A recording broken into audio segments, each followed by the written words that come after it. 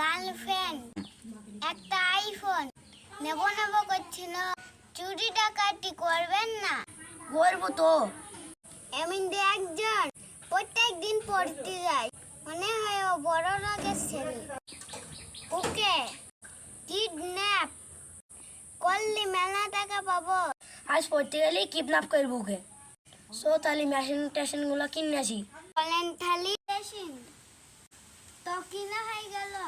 থালি চলেন বস, এই চ। যাই পড়তে যাই। বস ওটাকে নয়সুরা মালটা দে, মালটা দে।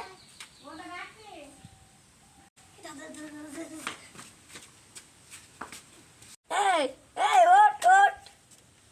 এই তোর আব্বার নাম্বার বল। দেখেন ব্যাগে আছে। এই আরে ব্যাগে দেখি না তো। হ্যালো, এখন আবার কে ফোন দিল?